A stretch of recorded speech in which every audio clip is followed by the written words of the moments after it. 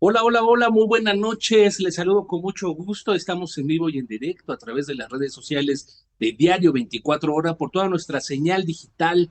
Estamos en Facebook, en X, ahora antes Twitter, en LinkedIn, en nuestro canal de YouTube. Por favor, envíanos tus preguntas, envíanos tus comentarios para abonar, para robustecer la conversación. Llegó la hora cero y parece que habemos jueces. Bueno, al menos ya se llevó a cabo la elección judicial, esta elección histórica, inédita, la primera vez que en México se eligen a los jueces. Nos acompaña en la mesa dos columnistas importantes de nuestra casa editorial. Miriam Castillo, bienvenida. Hola, ¿qué tal? Muy buenas noches. Muchas gracias por la invitación. El maestrazo José Ureña, columnista importante también de este periódico, de esta casa. Pepe, gracias por sumarte a la mesa de debate. Muy buenas noches a todos, a la orden. Y está el director editorial, el hermano Lobo, Alberto González, director editorial de 24 Horas. Alberto, gracias por sumarte a la conversación. Muchas gracias, Emanuel. Muchas gracias, Miriam, Pepe. Muchas gracias por participar. Buenas Buenas noches. Vamos a noches. empezar por las mujeres, ¿qué les parece? Pero no sé, raro con mi comentario. A ver, Miriam, ¿cómo viste la jornada? ¿Es lo que se esperaba? ¿Es lo que no se esperaba? ¿Cómo arrancas esta mesa? Yo creo que la jornada la podemos dividir en varias etapas. Creo que una de las ventajas que hubo es que fue una elección pacífica. No hubo incidentes en casillas, no se notaron ciertas incidencias que hemos visto digamos, en las votaciones políticas, en las votaciones por cargos más políticos en donde intervienen los partidos. Me parece que en ese sentido, el número de incidencias y el número de eventos que pudieron haberse detectado fueron menos, pero al mismo tiempo creo que el problema fue que no hubo una participación copiosa dentro de las urnas. Me parece que en general en la complejidad de la elección, de cómo se emitía el voto, en dónde estaban ubicadas las casillas, digamos, la especialización incluso de hacia por quiénes íbamos a votar, hizo un poco complejo el proceso y me parece que a comparación de otros procesos, el índice de participación está bastante más bajo y eso no necesariamente se ve bien, se ve como una buena noticia. Me queda la duda si fue un asunto de que no se pudo despertar un interés específico por acudir a las urnas, de aquilatar, digamos, la importancia de ir a los procesos, o si, Sí, digamos, fue una falta de movilización por parte de algunos sectores. muy bien. José Ureña, ¿qué vimos hoy? ¿Qué viste hoy? ¿Qué pasó hoy en esta elección judicial? Bueno, vi abstencionismo, era previsible. Comenzó una reforma con mucho escepticismo por parte de la ciudadanía, por parte de la gente. Los críticos vieron ahí un asunto de revancha de parte del expresidente. Continuó el proceso a pesar de todo la presidenta actual. Le hizo segunda la alianza Morena, PT, Verde. Y bueno, ya también vimos que se llevaron algunos senadores comprados, los Miguel Ángel Yunes, Linares y Márquez, uno como propietario, otro como suplente, que estuvieron ambos en la tribuna. En fin, lo que nació mal, ahora lo vimos reflejado en las casillas. Lamentablemente también estuvo antecedido por una polémica muy fuerte por los llamados acordeones. Es decir, la gente no sabía por quién votar, no había información suficiente, no hubo campaña formal de los candidatos, no supimos ni siquiera quiénes iban para ministros, salvo tres ministras a quienes de antemano se les dio el privilegio de ser o resultar reelectas sin tener mayores méritos en campaña, me refiero a la campaña política o en busca del voto. Y ahí la lucha estaba en ver quién iba a ser la presidenta o quién va a ser la presidenta, Lenia Batres o Yasmín Esquivel. En simpatías populares, esto lo dicen las encuestas, lo dice la población, lo dice a la gente que uno le pregunte, pues resulta Yasmín Esquivel quien está antecedida por cuestionamientos de la tesis con la que se tituló. A pesar de eso, tiene más simpatías que Lenia Batres, quien es vista como una rijosa, como parte de del grupo duro de Morena, del ala que tanto, afecta a mucha o que la gente ve con tanto recelo. En fin, pues es eso. A pesar de todo, la elección se dio. Lamentablemente no hay una forma de tener un balance a estas alturas ni en los próximos días, porque no supimos cuánta gente acudió. No se hizo la contabilidad in situ en las propias casillas. No se colocaron como estamos acostumbrados ahí el listado de los ganadores. No sabemos nada y al final solo saldrán con un resultado. Lamentablemente hay muchas dudas, mucho escepticismo sobre si esos números serán los que corresponden o bien serán inflados para dar gusto al poder y hablar de por lo menos 15 a 20% de participación, como fue la instrucción a Morena, a los funcionarios públicos, a gobernadores y también, por supuesto, a las estructuras del aparato de asistencia social que hay en el país. Tipo socialismo, no socialista específicamente. Pero bueno, ese es el panorama, no tenemos nada, realmente estamos a oscuras, aún así sabemos que vamos por 881 cargos esta primera etapa, que hubo 3.397 candidatos, que se imprimieron 601 millones de boletas. ¿Para qué tantas? No sabemos. Dicen que se van a desperdiciar, pero no, se van a concentrar. No será, ya se habla de muchos robos, por cierto. No es como otras veces, las boletas que no se usan se destruyen. De esa forma, no hay la posibilidad de alterar en distritos ni en el INE la votación. Ese es el panorama hasta el momento.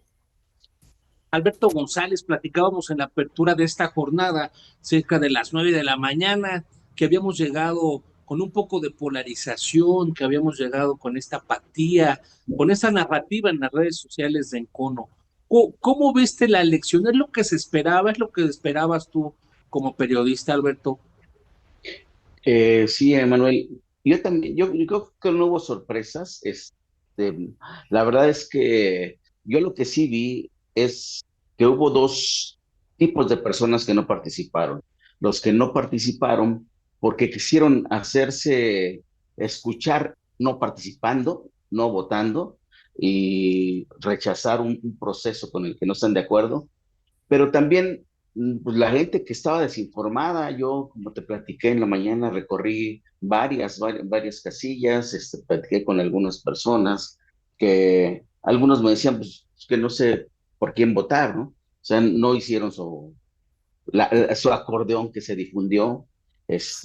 Otros me dijeron, bueno, yo ya después lo vimos en redes, yo anulé mi voto, yo anulé mi voto.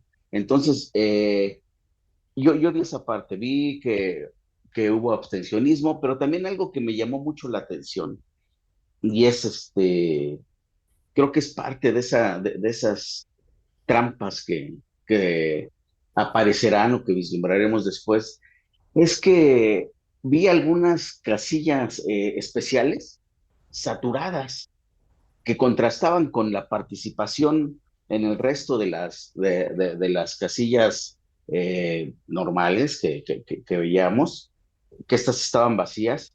Por ejemplo, pienso en una en la avenida Coyoacán, en la colonia del Valle, saturada, y la verdad es que le daba vuelta a una cuadra esa fila. Ahí, estas las vi yo personalmente, pero también vi en redes sociales una en Iztacalco, y esto me llama mucho la atención porque, y más que sea en la Ciudad de México y más que sea en este territorio, en donde alguna candidata tiene sus estructuras. Entonces yo lo que veo es que eh, se están disputando esta elección entre la popularidad y el movimiento de estructuras, que sí lo hubo, porque esas casillas especiales pues contrastaban con la participación que veíamos. Entonces, y esto es parte de todas las irregularidades, errores o trampas que vimos a lo largo del proceso, desde que se gestó allá cuando se aprobó la ley allá en septiembre de 2024, desde ahí empezamos a ver una serie de inconsistencias, como comentaba hace rato Pepe Ureña. eh, Algunos de los grandes ganadores fueron los Yunes, eh, que se les limpió su imagen, empezaron a ganar terreno dentro de Morena, a pesar pues de algunos liderazgos, pero también hay otras fuerzas que seguramente resultaron ganadoras, algún, algunas fuerzas económicas, algunas fuerzas políticas que apoyaron con su estructura a candidatos que de pronto llegaban a, a mítines o a eventos en algunas colonias y tenían preparada pues escenarios o eventos como los de los candidatos a cargos a diputados, a alcaldes, en donde se veía la mano de algunas estructuras que seguramente si ganan sus candidatos, pues cobrarán, cobrarán algunos favores, cobrarán ese favor de haber movilizado a la gente para apoyar a los candidatos.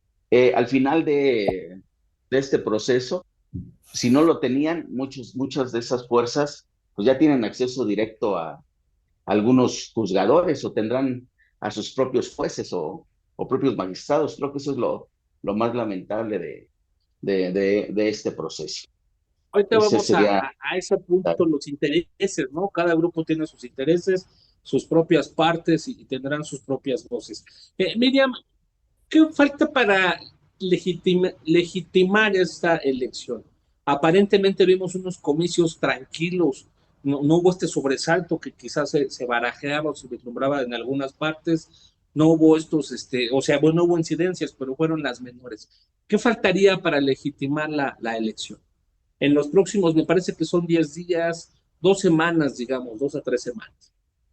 Yo creo que, bueno, para empezar, me parece que parte de la legitimación tendremos que verla y tendrá que ver si los números corresponden a lo que se vio empíricamente en la calle, es decir, ver si la participación que se reporta por las autoridades efectivamente corresponde a lo que alcanzábamos a ver. El dato que dice Alberto, que en algunas casillas había un volumen muy grande de personas, en otras la afluencia era mucho menor que en otros procesos, es decir, pues estaríamos quizá esperando al menos la asistencia mínima que tuvo la última votación, digamos, similar a esta, que se me ocurre como lo único con lo que podemos compararlo es con la votación de revocación de mandato, que alcanzó el 17%. A diferencia de los procesos, digamos, no podemos compararlo con un proceso presidencial. Me parece que el porcentaje es muy alto y no es comparable lo que se está eligiendo. No lo sé si con un proceso intermedio, me parece que por el volumen del poder que se estaba votando tendríamos que haberlo esperado, pero pues la dinámica de la votación era un poco extraña. Me parece que para alcanzar una legitimidad, pues tendrá mucho que ver el papel que desempeña el INE, digamos, la confiabilidad que hay a la hora de hacer los recuentos, de marcar las cifras y, digamos, me parece que también va mucho en medida de la transparencia, lo efectiva que sea la transparencia dentro de los procesos, que efectivamente podamos dar un seguimiento respecto al cómputo de los votos, el que tengamos claro cuál fue el fin de las boletas no marcadas, digamos, la argumentación a lo largo de esta semana por parte de muchas de las consejeras era explicar por qué no se anulaban las boletas, pero digamos, me parece que en específico en esta elección importa mucho la transparencia y el seguimiento que vayan a tener los procesos, que la autoridad tenga la capacidad de comunicar claramente qué es lo que pasó en cada una de las etapas, para que justo no terminemos alimentando estas suspicacias, ¿no? La baja participación, la cantidad de boletas sin anular, que eso no termine siendo un factor que contribuya a la desconfianza de la autoridad. Sobre todo me parece que por el esquema y por lo improvisado y por lo acelerado que fueron estas elecciones, me parece que lo importante es que no se alcance a sentar un precedente para las elecciones intermedias, es decir, que el mínimo de la autoridad, de la autoridad electoral se siga cumpliendo para que Pues al menos si no es por un volumen de participación ciudadana, la legitimidad se la otorgue la autoridad que hasta ahora da la legitimidad a todas las autoridades que se han ido eligiendo a través de este sistema. Ureña, vienen días todavía pues complicados al parecer, donde van a tratar de legitimar esta elección. ¿Cómo ves? Se hablaba de una elección planchada, de una elección cantada, y además, como dice Miriam, ¿esto puede ser un precedente para la siguiente elección intermedia, Pepe? Todo indica que así será. Yo creo que los preparativos van encaminados hacia la elección intermedia, la movilización que se hizo con la estructura del aparato asistencial por parte del gobierno, por parte de Morena, por parte de los gobernadores. Todo indica que así será. A estas alturas, la certidumbre es la que está en duda, tal como dice Miriam. Si todavía el INE no ha sabido definir si es válido, si es legítimo o no el uso del acordeón, y la propia presidenta del INE dice que acudió, que llevaba su listado, bueno, pues ¿de qué estamos hablando? No hay realmente espontaneidad o democracia, no es una elección abierta, limpia, voluntaria, como todo mundo esperaría o como deben ser esas elecciones. En este momento tengo comunicación con campamentos de varios candidatos y estoy autorizado para dar uno. La participación estimada hasta este momento rebasa el 10% del padrón, lo que implicaría que acudieron más de 10 millones de personas en números redondos. Hablan de entre el 10 y el 12%, o sea, entre 10 y 12 millones. Hasta este momento, según los sondeos por encuestas de salida y todo lo demás que se hicieron, la ministra más votada es Yasmín Esquivel. Esto suena lógico, no estoy haciéndole promoción, no estoy diciendo que ella ganó, solamente estoy dando la información que ellos me están reportando y que estoy transmitiendo con autorización del equipo de la propia ministra. Dicho esto, quiero subrayar otro tema. A estas alturas, el aparato sigue trabajando, el aparato oficialista sigue trabajando.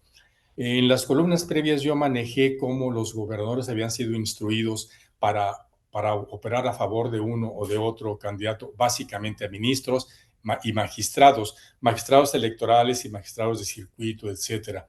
Ahí están las listas, esos son los llamados acordeones que se repartieron. Hasta antier en la mañana empezaron a dársele luz a los sindicatos, que son los que mueven estructuras más grandes, sobre todo estructuras en el gobierno. Pues ahí están el CENTE, ahí está el Metro, ahí está también lo de los sindicatos de las dependencias y de los organismos como Pemex y otros organismos descentralizados. En fin, y se les dijo efectivamente que votaran por esta ministra. Adicionalmente, los gobernadores de oposición, incluyo priistas, que son nada más dos, panistas, y los de Morena, se inclinaron por ella. Fue la instrucción que dieron. Entonces, sí está, tal como mencionabas, todo planchado, todo previsto, todo como se creía. Y tan fue carente de información la participación y la elección, que la noticia en los medios, uno lo ve en los portales y lo escucha en los noticieros, ha sido la reaparición de Andrés Manuel López Obrador. Exactamente, me ganas la pregunta. Sí, que de esta manera rompe un compromiso personal que repitió a lo largo de sus casi 6 años de gobierno, 5 años y 10 meses, que decía que él el día último se retiraba y que jamás aparecería y jamás opinaría de política. Hoy lo hizo. Reapareció, declaró, habló de política y dijo algo más.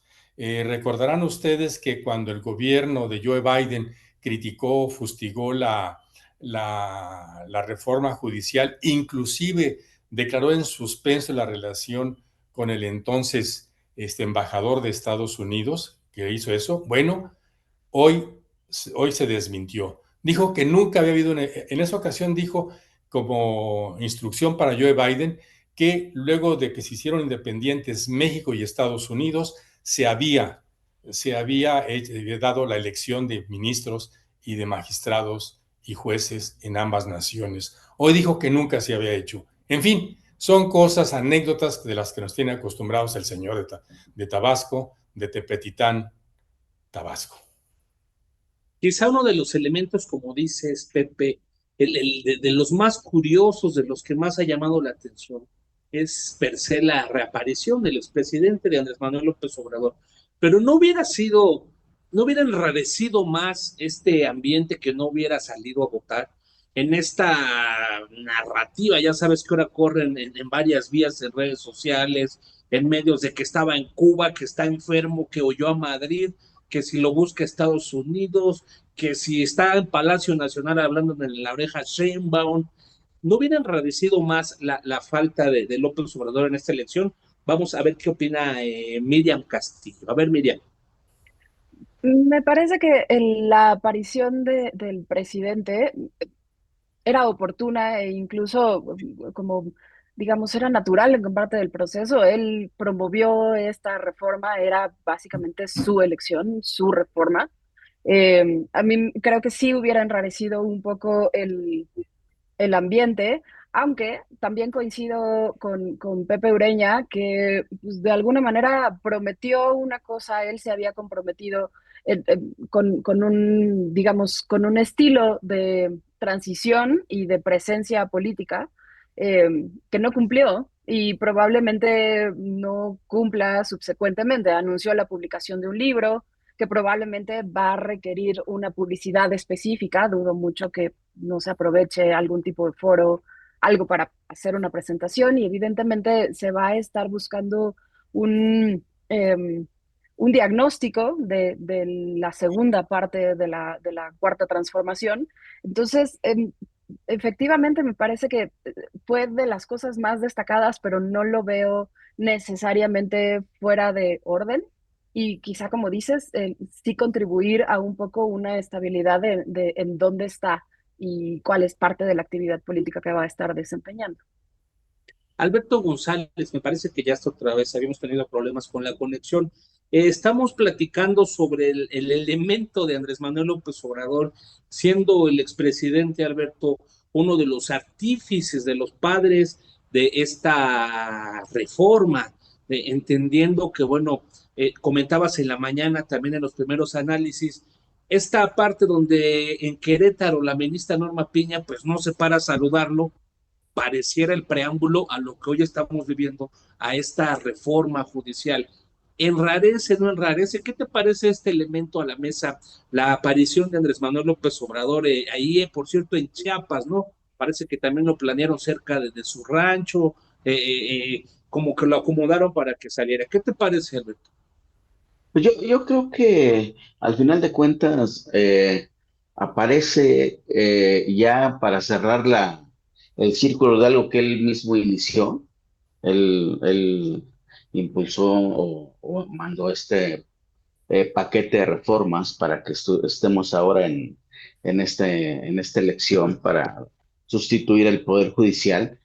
Y se hace presente, dice, aquí estoy. Además, seguramente lo comentaron ya Miriam y Pepe. Me desconecté un poco por el internet, pero seguramente lo comentaron. Además, pues dices, aquí estoy, no he salido, da certeza de que está bien, todos los rumores de que estaba enfermo, que no estaba en el país, se asoma y además se le ve bien, se le ve incluso más delgado, se le ve seguro. Y bueno, pues prácticamente yo lo que creo es que además una parte importante de Morena o de los integrantes de la 4T en realidad estaban pidiendo que apareciera. Muchos decían, ojalá y salga, ojalá y su presencia va a meter orden a este a este desorden que existe en donde de pronto unos parecen jalar en el sentido contrario de quien está ahora de líder del movimiento, que es la presidenta. Si recordamos que le dieron un bastón de mando, aunque ella no pertenezca o esté de licencia en Morena, le dieron un bastón de mando para continuar el movimiento. Pues viene a poner orden, ¿no? A decir, aquí estoy, este, y a decir que es pues sigue siendo el líder, ¿no? Al final de cuentas. Yo creo que no, vamos, no hay sorpresas con su aparición. Quizás sea ahora sí, Ureña, la última vez, no sabemos que volvamos a ver a López Obrador, ¿no? Sale quizá a legitimar su propuesta, su último plan, pues siendo que él es el padre de esta reforma judicial. ¿Qué falta, José Ureña, para que haya justicia en México? ¿Qué va a faltar para que realmente se concrete un sistema judicial que necesitemos los mexicanos, que necesitamos los mexicanos? ¿Se va a poder lograr con esta elección? ¿Qué ves hacia adelante? Bueno, los comentarios generales de los expertos es en sentido contrario, que esto va a acabar con lo poco que tenía de independencia el Poder Judicial, si es que había alguna. Desde el poder se decía que no, que obedecían a la oligarquía, neoliberales. Bueno, sabemos todos los epítetos que decía el expresidente y que los repite el actual régimen. Yo no veo que vaya a haber cambio, no veo garantías de una justicia. Yo creo que el sistema integral comienza desde desde el policía de crucero, tiene que seguir luego con los ministerios públicos, luego con las fiscalías estatales, la Fiscalía General de la República, que aunque le llaman autónoma, independiente, como el término que quieran utilizar, realmente aparece siempre cuando le dan órdenes desde Palacio. Le vamos a pedir al fiscal que venga a decir, el fiscal viene a traer, recordarán que entregó un cheque de 2,000 millones de pesos que nunca se cobró porque era dinero de los trabajadores y no del Infonavit. Sí recuerdan perfectamente aquella entrega de aquel cheque enorme, famoso, fantástico, que había sido fruto de un fraude. Quienes cometieron el fraude en aquel entonces, supuestamente, que fueron directores en el régimen priista, ahora ya los vemos integrados, por lo menos a uno de ellos, lo vemos de senador de la República por parte de Morena.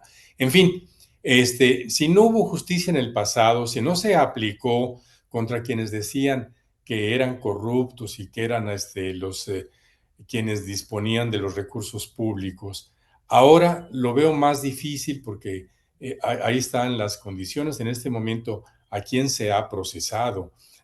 Se presentan, todo el mundo veía el reparto de las listas de los famosos acordeones para la votación y simplemente se decía en Palacio Nacional, pues que se investigue, pues que se investigue, pues sí que se investigue. También cuando aparecieron los hermanos de Andrés Manuel López Obrador recibiendo sobres de dinero y declaraciones de que eran millones y cientos de miles y todo lo demás, pues que se investigue. Pues sí, que se investigue. También cuando la Casa Blanca con Peña Nieto, pues que se investigue y se designa a un secretario de la Función Pública para que investigue, a un incondicional.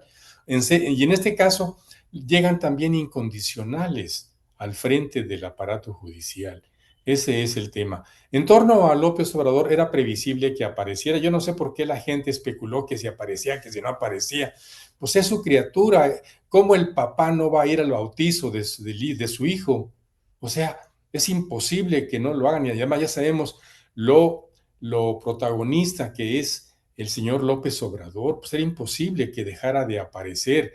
Ahora yo me sumo a la especulación que se ha oteado en esta mesa, a ver quién lo saca, a ver quién lo regresa a Palenque, a ver quién lo mete a su rancho, ¿sí? Porque ese va a ser el tema en el futuro. Si ya le está gustando de nuevo la publicidad y si siente que él tiene que participar en la reorientación del barco porque no le gusta cómo lo lleva en este momento, pues entonces yo tengo algunos casos que narraré en la columna de por qué no le gusta cómo están manejando algunas cosas. Lo voy a manejar, espero que mañana o pasado.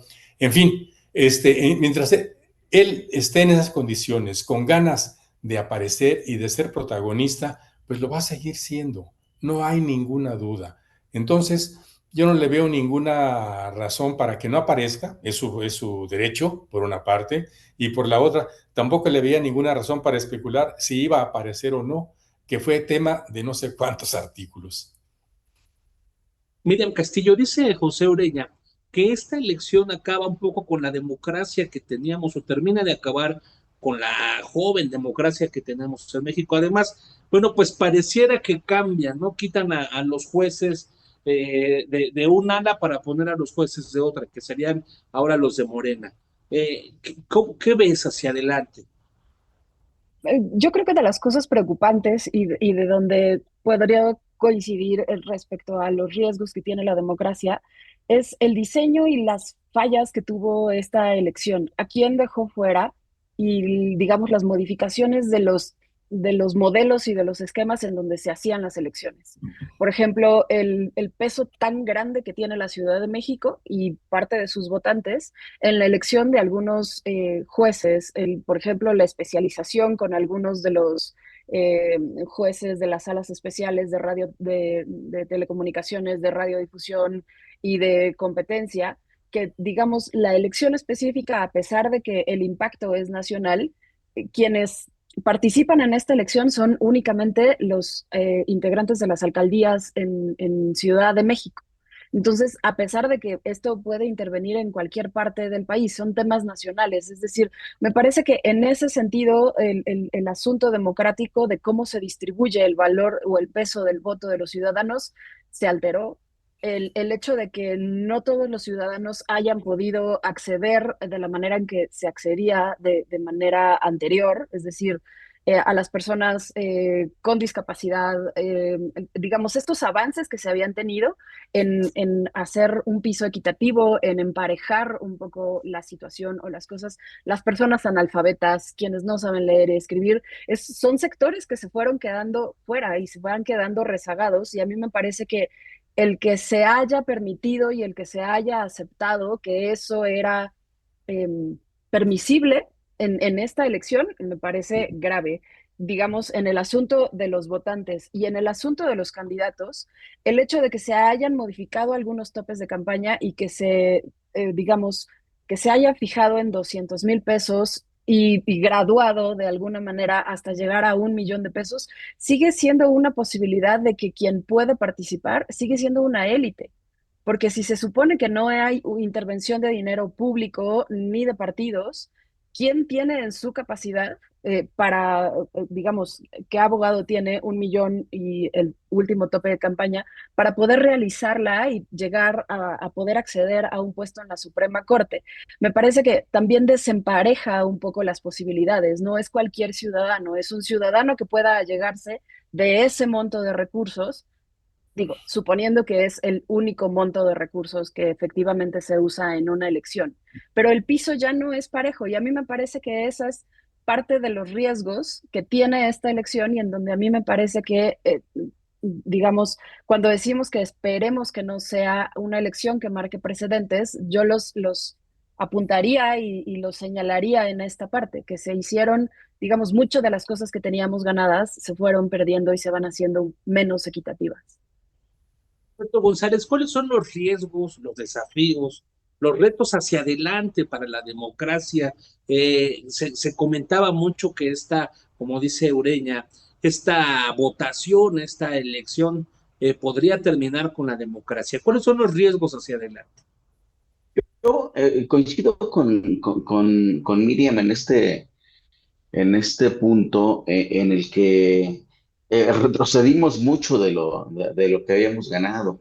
Por ejemplo, en materia de transparencia, pues ya el ciudadano en la casilla ya no supo cuántos votos o quién ganó, como se conocía, ¿no? Pues recuerda que en las casillas al término se contaban los votos, se ponían, se firmaba el acta y se colocaba ahí cómo habían quedado en esa casilla. Eso ya no existe. O sea, en eso no existió en esta elección. También se redujeron el número de casillas a la mitad. Como dice Miriam, se le quitó el derecho a votar a algunos que ya lo tenían. Pensemos en el voto en el extranjero o en el voto de personas que están detenidas y que no están sentenciadas. O sea, creo que lo preocupante es que se tome como parámetro y se diga, miren, sí se puede hacer una elección con pocos recursos, con menos casillas, y vayamos para atrás, ¿no? Eso preocupa mucho en materia de electoral. Otra cuestión que creo que sí es importante es lo que comentaba hace rato. Se le abrió la puerta a algunos sectores que a lo mejor no tenían tan fácil el acceso al Poder Judicial, a algunos grupos de poder que seguramente como muchos candidatos no tenían recursos para hacer sus campañas o no tenían estructura y se las pusieron a su servicio, se las van a cobrar una vez que ganen, porque fue muy desigual. Veíamos a gente con la cartera abierta, pues los veíamos viajando y además con su tipo de publicidad en redes. Veíamos a gente que pues tenía que empezar campaña después de las 6 de la tarde y antes de las 9 de la mañana porque no podía renunciar a su trabajo porque no tenían el recurso para la campaña. Nos comentaban, si yo pido licencia, si yo renuncio al cargo, pues ¿de dónde saco para el pasaje para ir a hacer campaña, ¿no? Entonces yo creo que fue muy desigual y ahí están los riesgos. Los riesgos primero en esta, el que se pueda regresar y olvidarnos de los logros que se habían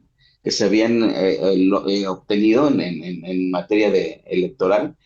Y la otra también que es muy, muy riesgosa es que se hace a un lado el conocimiento y se le quita a la justicia el, la, el velo para que deje de ser una justicia ciega y empiece a ser una justicia popular, ¿no? Y que los jueces busquen ser más populares y hagan a un lado la imparcialidad, que a veces suele ser impopular, a veces se resuelven cosas que pueden molestar a ciertos sectores o que no pueden ser populares, pero que de acuerdo a la ley pues era lo correcto, ¿no? Entonces esos son los riesgos que veo. Estamos en vivo por las redes de 24 horas, por la señal digital, todas nuestras redes sociales y nuestro canal de YouTube. Inscríbete, suscríbete, déjanos tus comentarios para abonar a la conversación. A ver, Pepe, vamos a echarle un poquito de sal y limón a esta mesa para abonar a la conversación. Entonces, la elección dices entre 10, 12%, 10% tienes tú, tenemos acá 12%. Se encienden los focos rojos para Morena, se encienden los focos rojos para Claudia Sheinbaum, se encienden los rojos para la 4T, entendiendo que Sheinbaum gana con 35 millones de votos, 5 millones, o sea, es la presidenta más votada en la historia de México. Ahora este nuevo proyecto que tiene Morena, apenas el 10%, está empezando a caer en la 4T, ¿cómo lo revisas? Y además, una segunda pregunta, ¿en quién va, como dice Alberto, en quién va a quedar ahora la justicia en México? ¿En manos de quién? Mira, son fenómenos distintos una elección presidencial de una elección de ministros. En primera instancia, la elección presidencial es algo esperado sexenalmente. Hubo una campaña muy intensa por parte del poder desde el 2018. El día que tomó posesión Andrés Manuel López Obrador estaba en campaña para el 2024, con o sin candidato. Luego ya sabíamos quién iba a ser la candidata y a pesar de eso traía sus corcholatas, sus 4 corcholatas. Bueno, también entraron por ahí uno del PT y otro del Partido Verde, nada más para llenar el expediente. Entonces, ya sabíamos todo y estaban en campaña. Era una campaña donde además iban de por medio muchos gobernadores, iban del Congreso de la Unión, diputados y senadores, muchos alcaldes, muchos congresos locales, que son más cercanos a la gente que en este caso. En este caso no, porque los candidatos se fueron puliendo sobre la marcha, se eliminaron los que no eran afines y al final se dejaron los que sí eran más o menos afines o por lo menos que no eran adversarios o críticos del régimen.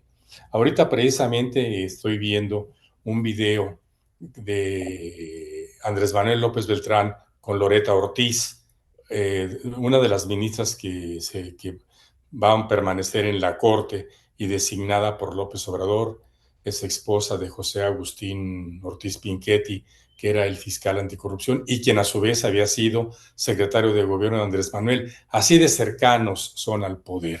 Entonces, estamos hablando de cosas muy distintas. Realmente la participación fue poca porque no generó expectativas, no hay esperanzas. Nunca en campaña se nos dijo que en la votación de hace un año, hace justamente un año en junio, iba la decisión de renovar el Poder Judicial. Nunca se nos dijo. Y ahora nos dicen que los mexicanos votaron o votamos por ese cambio. Pues eso no es cierto. Entonces, son cosas distintas. Ahora bien, ¿es un triunfo, es una derrota? Todo depende de cómo se les vea. Evidentemente, esto es como los entrenadores. Perdimos, pero aprendimos, tomamos experiencia, ¿no? Entonces ellos ya tienen más experiencia para el manejo de las elecciones del 2027, tienen ya un esquema mucho más pulido y saben a qué irse. Si Andrés Manuel López Beltrán no pudo tener 10 millones de afiliados y dice que tuvo 5, bueno, pues según él dirá que movió a los 5 millones que inscribió, y los sindicatos prometieron millones y millones de afiliados. Ellos tendrán que responder por si los llevaron o no a votar. Que también eso, el acarreo, hay que verlo como una deformación de nuestro sistema político. Pero bueno, sin entrar a ese tipo de detalles, ¿quién pierde? Pues evidentemente en este momento quien está perdiendo es México por una elección tan costosa, a la que se apuesta tanto, en la que va la suerte de un país, pero también donde puede estar la suerte o la mala suerte de un gobierno o de un movimiento que no sabe estructurar bien, que no sabe a dónde va, que no tiene una propuesta muy específica para cada caso, y en el caso del Poder Judicial no tiene una propuesta para una integración de justicia, insisto, desde la base misma, desde la policía de crucero. Miriam Castillo, a ver, dice Pepe, y tal vez consigamos en algún punto, son elecciones distintas, son cosas distintas la elección federal a esta elección de jueces. Pero teniendo Morena un músculo tan importante, un músculo tan grande, vemos que sí, son cosas diferentes, pero teniendo quizá a los dos personajes más votados de la historia, no es un encender los focos rojos que pudieron apenas el 10% de participación en esta elección judicial, siendo un proyecto tan importante para ellos. Además, ¿en manos de quién va a estar la justicia en el país? ¿Qué nos respondes a esto, Miriam?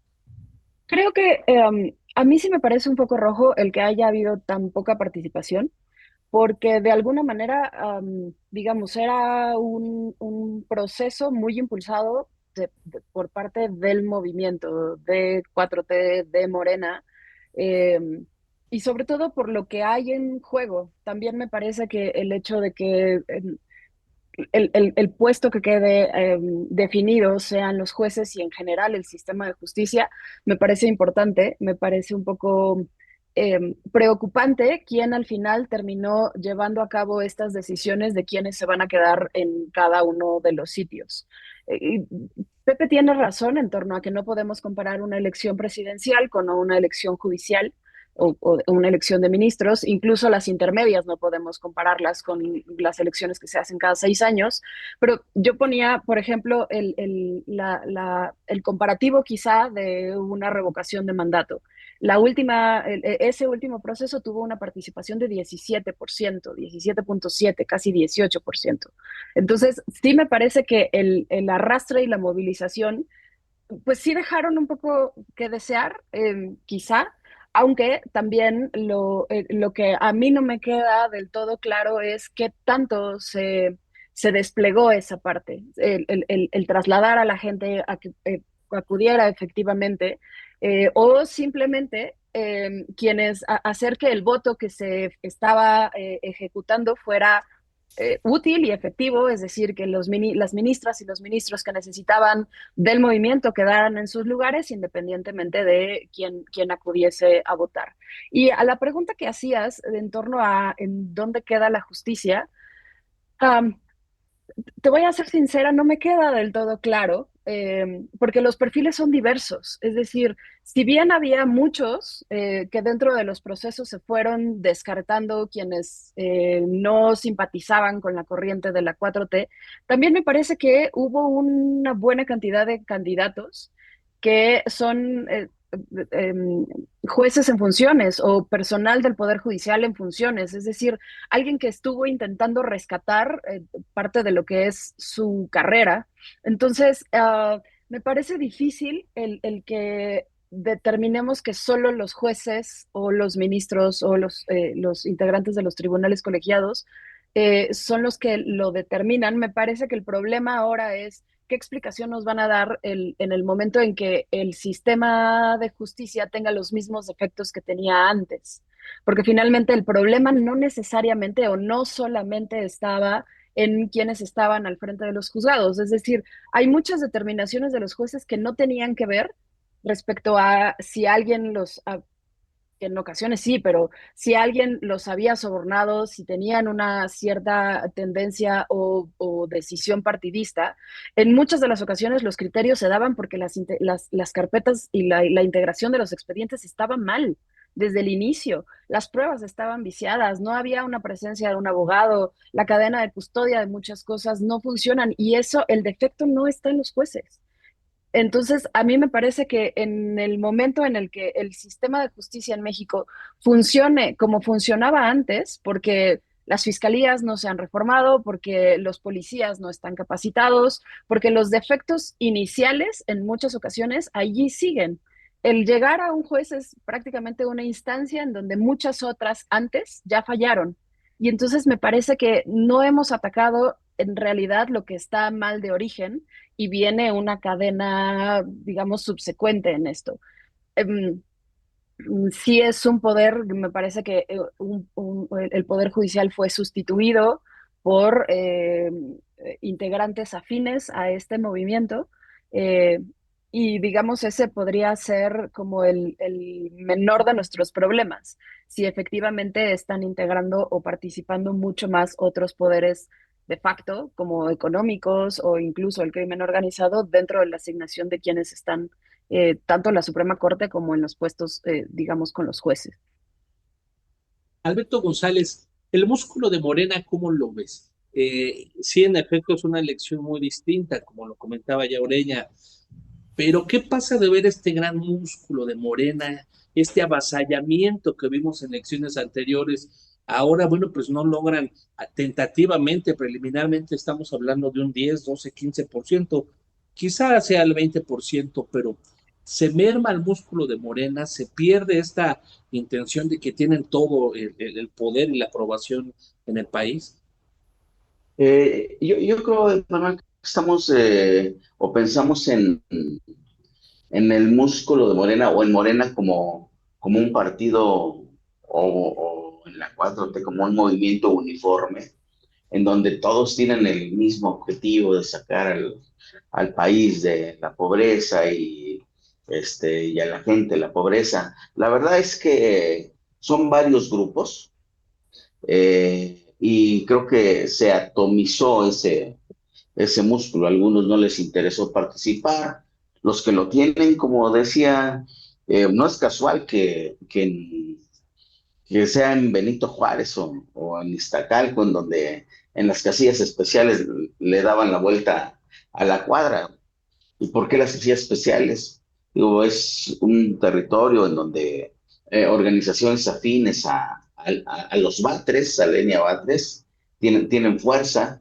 Entonces, no es casual. Y yo, entonces, en ese sentido, yo creo que cada uno de los grupos apoyó a quien quiso, como quiso, pero eso no quiere decir que esté mermado el músculo. Yo creo que lo que pasa es que no es un movimiento uniforme, cada uno tiene sus propios intereses y la verdad yo creo que aquí se vio, cada quien agarró para donde le convenía, con el grupo que le convenía y quienes no, pues ni se movieron, ¿no? Vimos a sindicatos, como comentaba Miriam, ofrecer tantos votos, vimos a movimientos ofrecer tantos votos que no se dieron, o sea, hasta ahora no se ven. Entonces yo creo que cada quien jaló para donde quiso, como quiso, porque esta elección así lo permitió y este modelo así lo requería. Entonces, no creo que esté mermado el músculo a la hora en la que tengan que cerrar filas en torno a alguien que les garantice la presidencia o la gubernatura. Van a cerrarlo para seguir agarrados del poder político. Pero Este bueno, modelo no.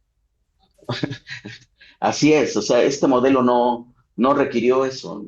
Entonces, yo creo que quienes pudieron, movieron a su gente, quienes no, este, no pudieron, quienes pudieron ofrecer su estructura y hubo quien la tuvo o quien la agarró, pues seguramente se verá en el resultado electoral, pero no es uniforme. Yo creo que no podemos decir que el músculo esté mermado.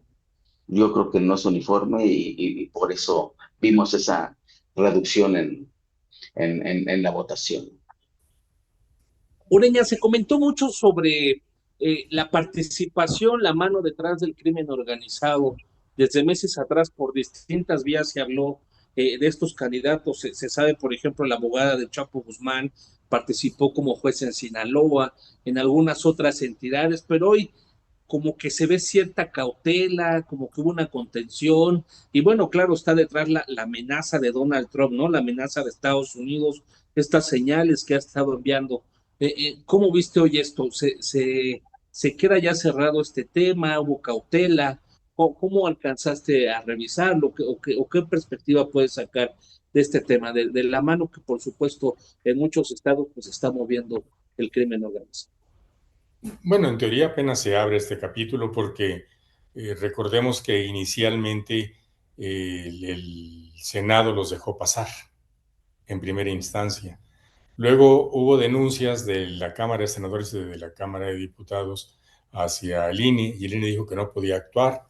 El tribunal dijo que efectivamente no podía retirar ese registro. Entonces, apenas está por abrirse el capítulo, ¿qué se va a hacer con esos personajes?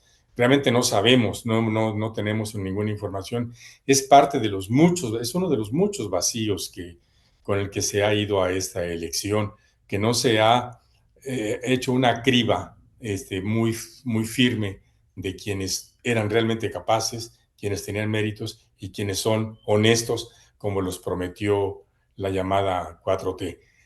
Todo esto está apenas por verse y también estamos por ver qué pasó. En este momento estamos hablando de datos preliminares. Yo en lo personal, lo dije hace rato, no tengo más que el reporte de un campamento de una ministra que sí pagó sus encuestas y tuvo, que yo no sé si va a ir a la contabilidad del INE, no sé qué van a hacer con esos gastos, pero bueno, ese es el tema de ellos. El asunto es que no tenemos más que esa información, no sabemos si fue 10 o 12%. Al rato, en 10 días, el INE nos va a decir que fue 24% y eso permitirá el pregón desde el gobierno diciendo que qué maravilla, que ya ven que sí quería la sociedad esta elección. Ahorita te podemos decir, tan no quería la sociedad esta elección que no fue a votar, que de la poca gente que acudió tuvo que ser acarreada, que fue forzada por los sindicatos y por amenazas de retirarles el salario, la pensión, una serie de beneficios que recibe actualmente. Entonces, eso no es democracia. Yo no lo veo como democracia. Qué triste que en el siglo XXI México esté en esta situación. Qué triste es, lamentable, que después de tantos años y decenios de estar avanzando, de haber creado un INE, de haber reformado el Poder Judicial, y en lugar de dar un paso hacia adelante, necesario como fuera en el caso de la democracia, en el caso del Poder Judicial, ¿por qué no se hizo como debía ser? ¿Por qué no se hicieron foros profundos donde todos los especialistas dieran su opinión, donde tuviéramos un panorama completo de lo que tenemos, primero el diagnóstico y luego de lo que debe hacerse y hacia dónde vamos? No, se reformó la Constitución, se reformaron las leyes sobre la marcha, sobre las rodillas y vámonos. Sobre eso estamos actuando, sobre las rodillas. Miriam, tú pones a la mesa este tema del crimen organizado y se ha venido sonando desde hace muchas semanas. Ya parecen, en momentos pareciera que parece una liga de fútbol, ¿no? Ya hay no sé cuántas organizaciones que en distintas partes del país. Aparentemente, bueno, pues ya aventaron la piedra y ellos ponen la mano. Se alcanza a ver ya una contención, una mesura con estas amenazas de Donald Trump. ¿Cómo viste este papel? Yo alcanzo a ver, bueno, pues ya muy disminuido el tema, bueno, en lo tranquilo que estuvo la elección. No sé si una disminución o una imposibilidad de hacer algo en específico antes de que sucedieran las elecciones. Es decir, las organizaciones señalaron algunos vínculos, se denunciaron, digamos, y a mí lo que me llamó la atención es que fueron organizaciones apartidistas en su mayoría, quienes hicieron esa tarea de volver a revisar, de plantear estos cuestionamientos, de plantear las ligas, de buscar como, y lo hicieron a partir de investigaciones en Internet, es decir, tampoco fue con un aparato mucho más grande. Fueron las mismas organizaciones las que le dieron seguimiento a esto e interpusieron las denuncias dentro del INE.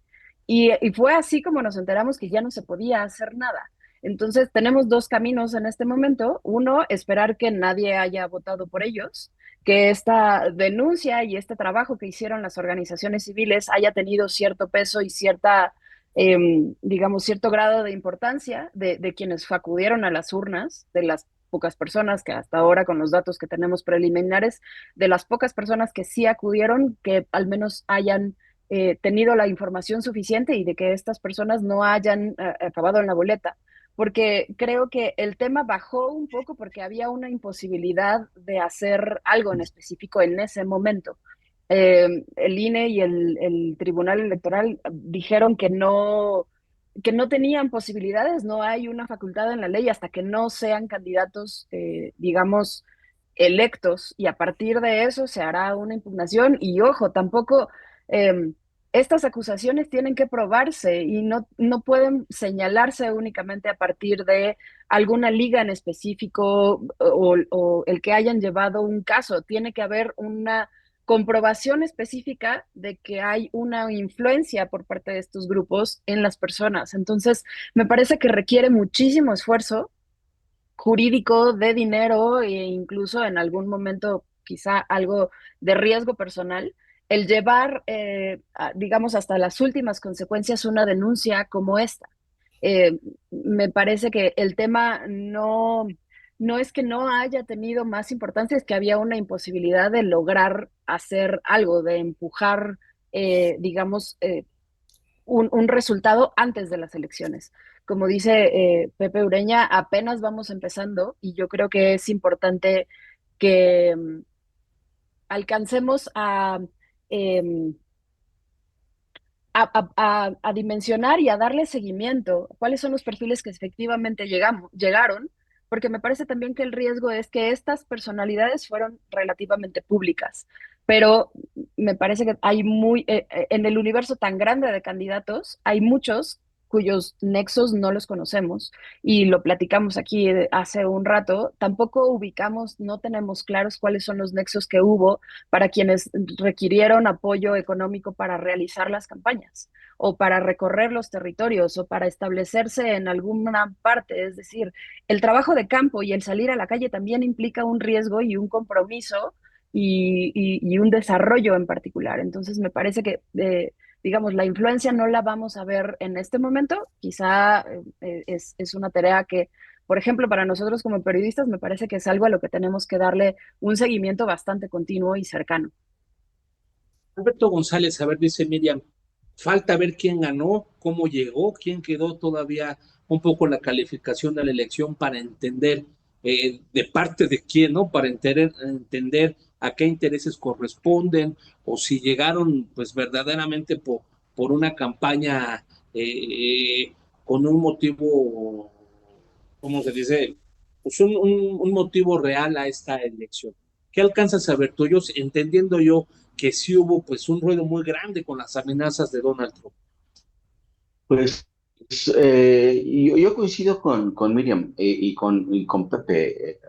falta por ver, como dices, quién ganó, quién está detrás de algunos jueces, porque es cierto, las organizaciones que detectaron eh, los vínculos de algunos candidatos con el crimen organizado, con básicamente, pues hicieron investigación de Internet, ¿no? Pero hay relaciones que son eh, muy poco conocidas, que no se van a encontrar ahí y muy opacas, que no vamos a, no conocemos, no sabemos hasta dónde se pudo haber o pudo haber penetrado el, el crimen organizado o poderes económicos o grupos políticos. No sabemos hasta dónde. La verdad, a lo mejor en algunos casos lo sabremos cuando tengan una resolución que cause controversia. No lo sabemos. Yo creo que la forma en la que se eligió a esta parte del Poder Judicial, porque no hay que olvidar que esta es la primera parte, todavía falta la otra mitad, y una elección similar. Y la verdad, no, yo creo que no lo vamos a conocer, ¿no? Yo creo que se abrieron muchas puertas y se relegó la carrera, el servicio profesional de carrera, eh, y no sabemos a qué le abrimos las puertas. Al tiempo vamos a saber qué pasa con esto en unas semanas. Oigan, ¿qué Poco a les poco, yo parece? creo que poco a poco. Adelante, adelante. ¿Qué les parece si vamos, cómo está en este momento para finalizar ya la mesa al INE con mi compañero Ángel Cabrera, que está del Instituto Nacional Electoral, que nos va a dar el último reporte, qué se ha dicho, qué se ha visto, o si ya pagaron la luz? Y nos despedimos con un comentario final. ¿Les parece? Vamos allá al INE, ya está mi compañero, está Ángel.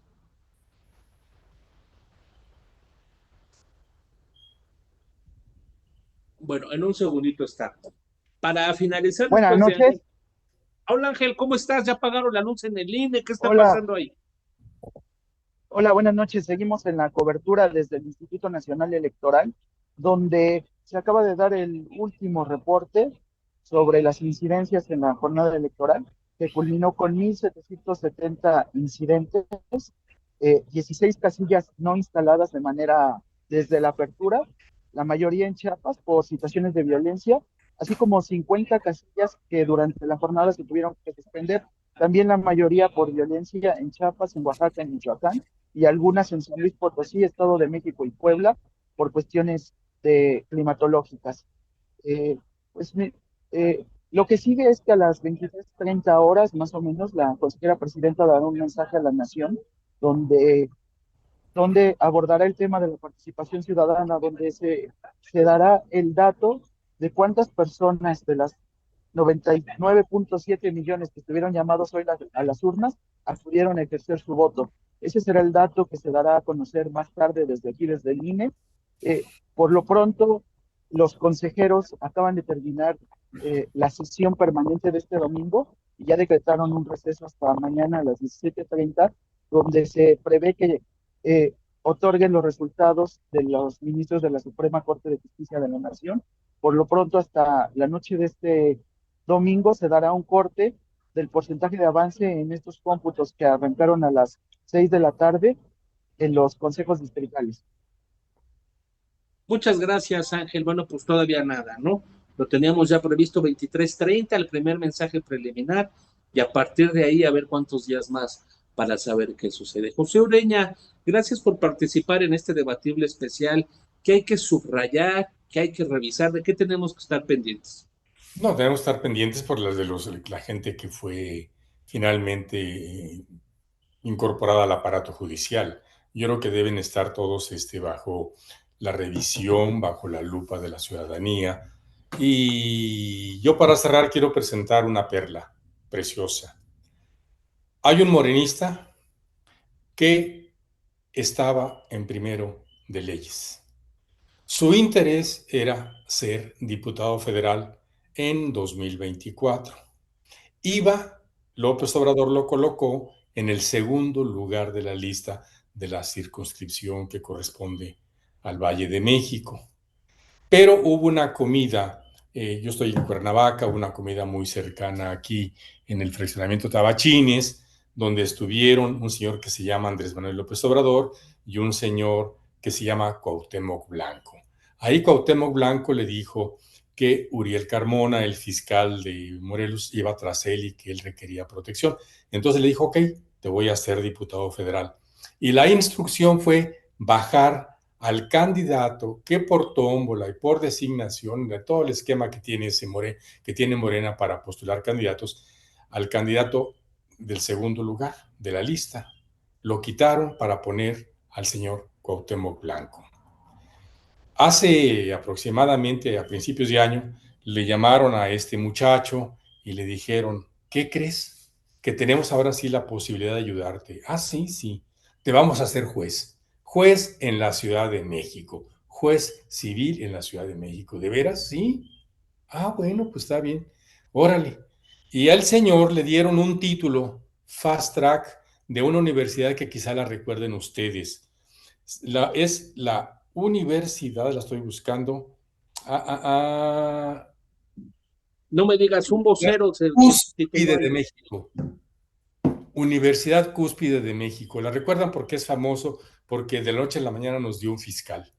Entonces, este señor le dieron el título sin haber cursado la universidad y el señor va a ser juez. Yo solamente espero que le den el título de juez para mencionarlo, denunciarlo, no penalmente, en mi tribuna, que es lo que hago, periodismo. Pero quiero dejar esta perla para que la gente sepa qué tipo de juzgadores vamos a tener. Muchas gracias, José. Como siempre, columnista de esta casa editorial de 24 horas, lo puede leer aquí a José Ureña con su teléfono rojo. Muchas gracias, Pepe. Miriam Buenas noches a Castillo, todos. ¿qué cierras? ¿Con qué subrayas? ¿De qué tenemos que estar pendientes? También columnista de 24 horas, por cierto. Pues creo que lo que tenemos que ver es, finalmente me parece que la participación ciudadana en esta elección va a ser un tema, es un tema, me parece importante, que tendríamos que darle seguimiento. Y también me parece que necesitamos tener el seguimiento de quiénes son quienes llegaron a los puestos, más allá de quienes están en la Suprema Corte de Justicia. Me parece también que no tenemos que perder de vista este órgano nuevo que el Tribunal de Justicia, el órgano que va ahora a evaluar digamos, a ver qué es lo que pasa con los jueces. Me parece que es un órgano que hemos tenido un poco fuera del radar y es de lo que viene ahora, el nuevo sistema que se va a tener con respecto de los jueces, con respecto con estas, digamos, estas averiguaciones, estas determinaciones que ellos van a tomar y que va a haber un órgano que los evalúa, que los enjuicia y no hay manera de tener una apelación, de tener una discusión, de tener una interacción respecto al fallo que hay en eso. Me parece que esta es una, digamos, una etapa nueva de cómo se controla, cuál es el espacio que van a tener de control los jueces y todo el aparato judicial. Me parece que el Poder Judicial está modificándose y tendremos que darle ese seguimiento a partir de ahora. Muchas gracias, Miriam. Y bueno, pues a todos los invitamos a leer, por supuesto, su columna de Miriam aquí en 24 horas. Hermano Lobo, Alberto González, y que por supuesto es el director editorial de este diario. ¿Con qué cierras, Alberto? ¿De qué hay que estar pendientes? ¿Qué tenemos que subrayar? ¿Qué podemos ver que no alcanzamos a mirar los ciudadanos? Mira, más allá de lo que va a pasar, que tenemos por supuesto que estar atentos a quienes quedan, a tratar de ver el vínculo que tengan con ciertos poderes fácticos. Más allá de eso, yo creo que a mí lo que me preocupa mucho es que se vaya a tomar esta elección como punto de referencia para querer hacer procesos electorales más baratos, con menos casillas, con menos derechos de los que ya se habían ganado. Esa es la preocupación, que se quiera tomar como modelo y se diga, pues, ¿por qué hacemos elecciones tan caras? Si la del Poder Judicial nos salió muy barata y salió bien. Entonces, eso es lo que me preocupa, que se vaya a tomar como modelo y es en donde sería otro golpe fuerte a la democracia electoral. Pues muchas gracias, Pepe Ureña, muchas gracias, Miriam, muchas gracias, Alberto, y sobre todo, gracias a ustedes que nos dan el favor de su preferencia, de leernos, de escucharnos, y bueno, pues de vernos aquí en 24 horas. Por supuesto, mañana todos los detalles de nuestra edición impresa de cómo ha estado esta elección judicial. Muy buenas noches, un abrazo a ustedes, gracias, gracias, gracias, Alberto, gracias, Pepe, gracias, Miriam. Buenas noches, muchas gracias Miriam, muchas gracias Pepe. Buenas Gracias noches. a Nos vemos ustedes. pronto por esta misma ventana. Gracias en la mesa, como siempre, a Carlos García, Andrea Cervantes, por el apoyo a esta transmisión. Nos vemos por esta misma ventana pronto. Chau, chau, chau, chau.